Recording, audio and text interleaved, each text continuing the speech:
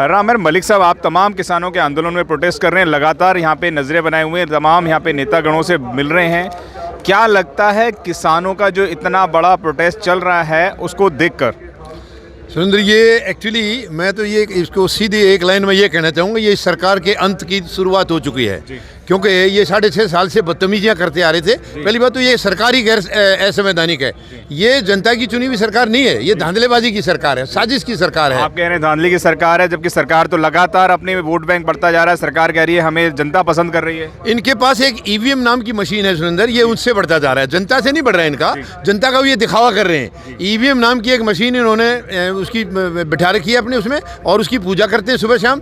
इसको जनता से कोई मतलब ही नहीं है। जो सरकार जनता की चुनी होगी वो जनता के साथ बदतमीजी कम से कम नहीं करेगी, और किसानों के साथ तो भूल के भी नहीं करेगी। जो सबको रोटी खिलाता है, सबका पेट भरता है और खुद भूखा सोता है, उसके साथ पंगा लिया। 6.5 साल से ये बदतमीजियां करते आ रहे थे। इन्होंने खूब देश की सारी संपत्ति जो पहले की बनी हुई थी सबको बेचते जा रहे हैं। जैसे घरों में, परिवार में आपने देखा होगा, एक नालायक बेटा अपने बाप दादा की बनाई हुई सारी दौलत को बेच देता है, जायदाद को बेच देता है। वही काम ये देश के ये सरकार कर रही है। और देश के प्रधानमंत्री, मतलब मुझे नहीं समझ में आ रहा, मूक दर्शक बन के आंख बंद करके बेचे जा रहे हैं, सौदे करते जा रहे हैं उनको। लेकिन अब ये 6.5 की बात कर रहे हैं, सरकार कह रही है कि कहीं ज्यादा मजबूत होंगे किसान।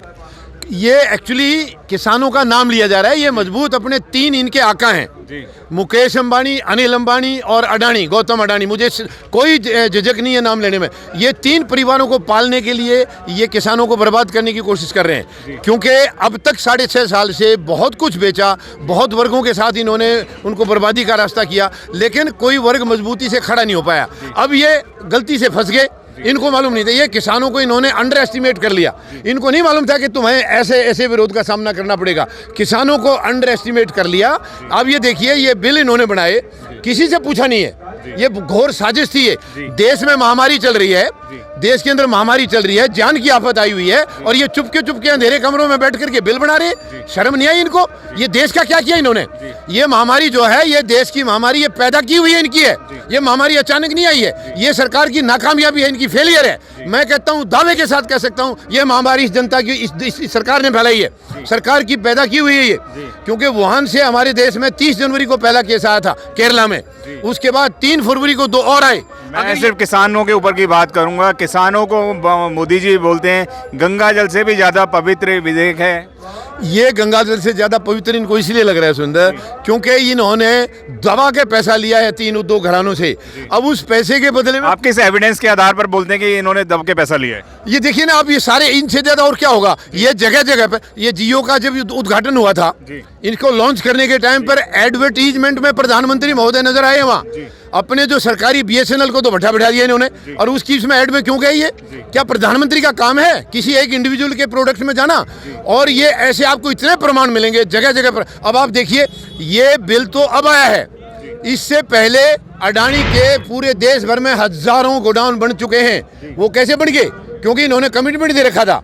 इन्होंने कमिटमेंट दे रखा था कि हम इसको आपको सब कुछ दे देंगे, देश आपके हवाले कर देंगे, आप चिंता मत करिए। ये इनकी सारी बहुत प्रमाण है सुंदर, बहुत प्रमाण है, जगह जगह इनकी आप देखिए, मुलाकातें देखिए। आप कह रहे हैं बहुत प्रमाण है, लेकिन सरकार कहती है कि किसान को ये विधेयक आ गया तो कहीं ज्यादा मजबूत होगा, ज्यादा आमदनी होगी और कहीं ज्यादा किसान मजबूत होगा। और किसानों को यहाँ पे जो इतना बड़ा आंदोलन चल रहा है जिसमें लाखों लोग आए हुए हैं, वो बोल रहे हैं कि इनको भ्रमित करके यहाँ पे लाया हुआ है, कोई ना कोई पार्टी इनको फंडिंग कर रही है। देखिए सुरेंद्र, ये मैंने आपको पहले बताया, किसान को अंडर एस्टिमेट किया इन्होंने।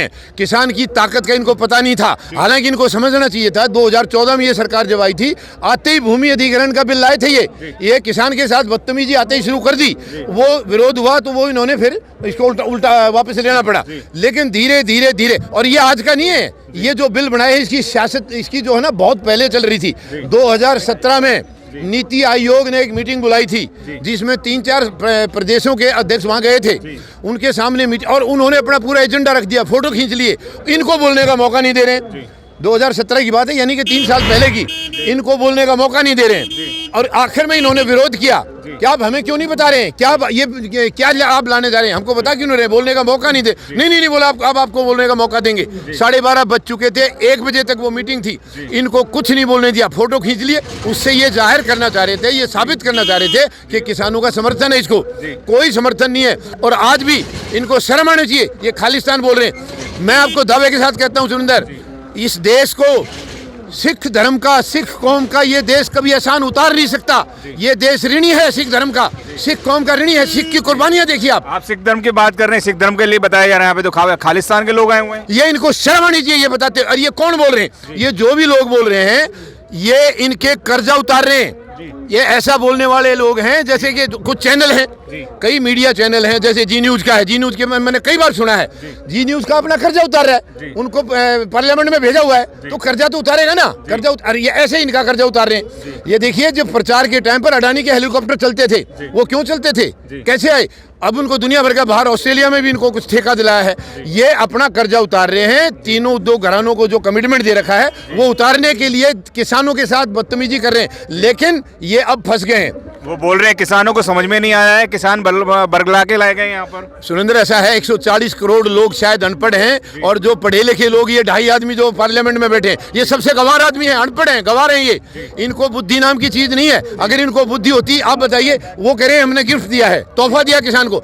मैं किसी के घर में लेकर, मैं आपके घर में लेकर आऊं तोहफा, आप नहीं लेंगे तो मैं क्या करूंगा? मुझे लाना पड़ेगा वापस, जबरदस्ती देंगे क्या? किसानों को नहीं चाहिए। फिर इन्होंने अगर तोहफा था क्यों नहीं पूछा किसानों से? क्या किसानों से सलाह ली कि हम आपको ये देना चाह रहे हैं? और आज आप देखिए शर्म की बात। मलिक साहब, आप तो एक आम आदमी हैं, आप कोई किसान तो नहीं है। यहाँ पे तमाम किसानों के बीच में आप क्या कर रहे हैं? मैं किसान हूं और जवान हूं, और आप ये देखिए देश की जो रीढ़ की हड्डी है, गरीब। आप किसान और जवान की बात कर रहे हैं, किसान और जवान तो आमने सामने खड़े हैं यहाँ पे। यहाँ यही तो मैं कह रहा हूँ, गृह युद्ध करा रहे हैं ये। मैं आपको यही कह रहा हूँ कि देखिए सुरक्षा में कौन लगे हैं आज, चाहे वो पुलिस फोर्सेज है, चाहे आर्मी है। सुरक्षा में ये किसान के बेटे हैं, मजदूर के बेटे हैं, गरीब के बेटे हैं। किसी उद्योग घराने का है यहाँ? कोई नहीं मिलेगा आपको। और आज इन्होंने ये गृह युद्ध, ये आए हैं जब से, इनका एजेंडा पुराना एजेंडा था आजादी के टाइम का।